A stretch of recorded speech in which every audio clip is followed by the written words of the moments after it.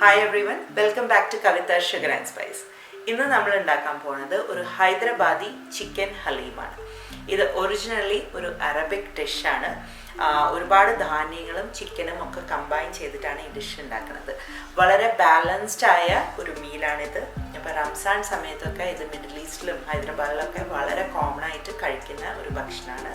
അപ്പോൾ നമുക്കിത് എങ്ങനെയാണ് ഉണ്ടാക്കേണ്ടത് നോക്കാം.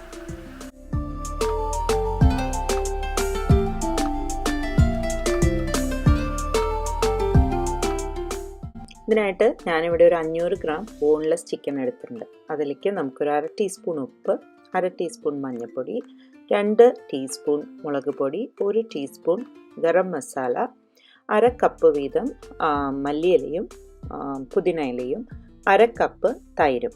ഇത്രയും സാധനങ്ങൾ ചേർത്ത് നമുക്കിതാദ്യം നന്നായിട്ട് മാരിനേറ്റ് ചെയ്യണം. അപ്പോൾ നിങ്ങൾക്ക് വേണമെന്നുണ്ടെങ്കിൽ ബോണുള്ള ചിക്കൻ എടുക്കാം, പക്ഷെ പിന്നീട് നമുക്കിത് മാഷൊക്കെ ചെയ്യണം. അപ്പോൾ ആ സമയത്ത് നമ്മൾ എല്ലിന്ന് പിന്നെ ചിക്കനൊക്കെ വേർതിരിക്കേണ്ടി വരും. ആ ഒരു എളുപ്പത്തിന് വേണ്ടിയിട്ടാണ് ഞാൻ ഈ ബോൺലെസ് ചിക്കൻ എടുത്തിരിക്കുന്നത്. ഈ ചിക്കൻ ഇനി 1 മണിക്കൂർ നമുക്ക് മാറ്റി വയ്ക്കാം. ഇനി ഞാനിവിടെ ഒരു കുക്കർ എടുത്തിട്ടുണ്ട്.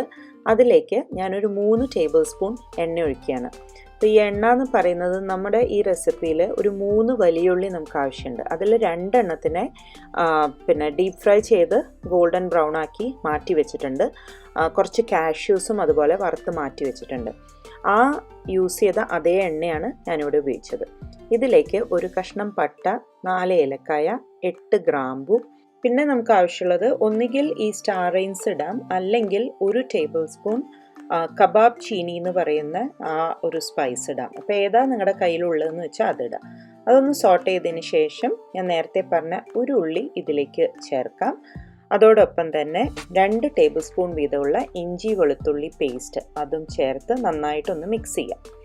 അതിൻ്റെ പച്ചമണം മാറിയതിന് ശേഷം നമ്മൾ മാരിനേറ്റ് ചെയ്ത് വെച്ചിട്ടുള്ള ചിക്കൻ ഇതിൽ ചേർക്കാം.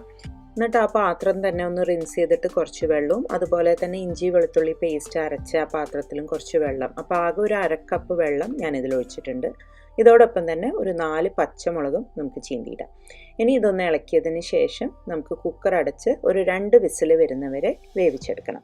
ഇനി വേറൊരു കുക്കർ എടുത്തിട്ട് നമുക്ക് നമ്മുടെ ധാന്യങ്ങളൊക്കെ ചേർക്കാം. അതിലേക്ക് 1 ടേബിൾ സ്പൂൺ ചെറുപയർ പരിപ്പ്, 1 ടേബിൾ സ്പൂൺ തുവരപ്പരിപ്പ്, 1 ടേബിൾ സ്പൂൺ മസൂർ ദാൽ എന്ന് പറഞ്ഞ സാധനം, കുറച്ചൊരു ചുവന്ന കളറിൽ, 1 ടേബിൾ സ്പൂൺ കടലപ്പരിപ്പ്, പിന്നെ 1 ടേബിൾ സ്പൂൺ ഉഴുന്നുപരിപ്പ്. ഇത്രയും ചേർക്കുക. എന്നിട്ട് നമുക്കിത് ചെറുതായിട്ടൊന്ന് റോസ്റ്റ് ചെയ്തെടുക്കണം. ഒരു 2 മിനിറ്റ് റോസ്റ്റ് ചെയ്താൽ മതി. കരിയൊന്നും ചെയ്യാൻ പാടില്ല.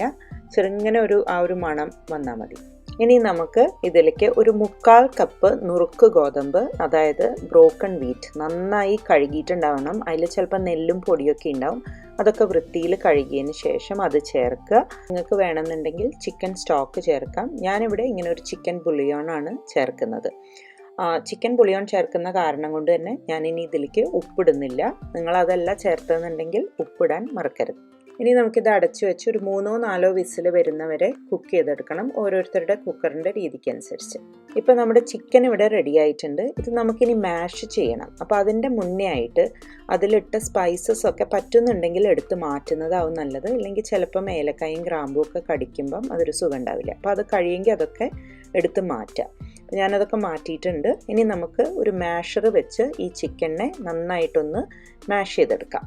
അങ്ങനെ നമ്മുടെ ചിക്കൻ ഇവിടെ നന്നായിട്ട് മാഷ് ആയിട്ടുണ്ട്. ഇനി നമുക്ക് നമ്മുടെ ഫൈനൽ സ്റ്റെപ്പ് എന്താണെന്ന് നോക്കാം. അതിനായിട്ട് കുറച്ച് വലിയൊരു പാത്രത്തിലേക്ക് ഞാൻ ഗോതമ്പ് വേവിച്ചത് ആദ്യം ചേർത്തു.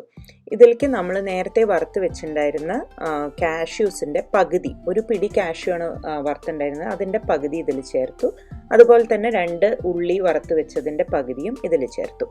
ഇനിയാണ് നമ്മളൊരു സർപ്രൈസ് ഇൻഗ്രീഡിയൻറ്റ് ചേർക്കുന്നത്, കുറച്ച് റെഡ് റോസിൻ്റെ പെറ്റൽസ്. ഇതിൻ്റെ ഇതളുകൾ ഓപ്ഷണലാണ്, പക്ഷെ ഒത്തൻറ്റിക് ആയിട്ടുള്ള ചിക്കൻ ഹലീം റെസിപ്പിയിൽ ഇതും കൂടി ഉണ്ടാവും. അതിൻ്റെ ഒരു ചെറിയ ഫ്ലേവർ, അങ്ങനെ പറയത്തൊക്കെ ഉണ്ടാവില്ല, പക്ഷെ അതും കൂടി ചേർന്നാലാണ് അതൊരു ഒത്തൻറ്റിക് റെസിപ്പി ആവുക.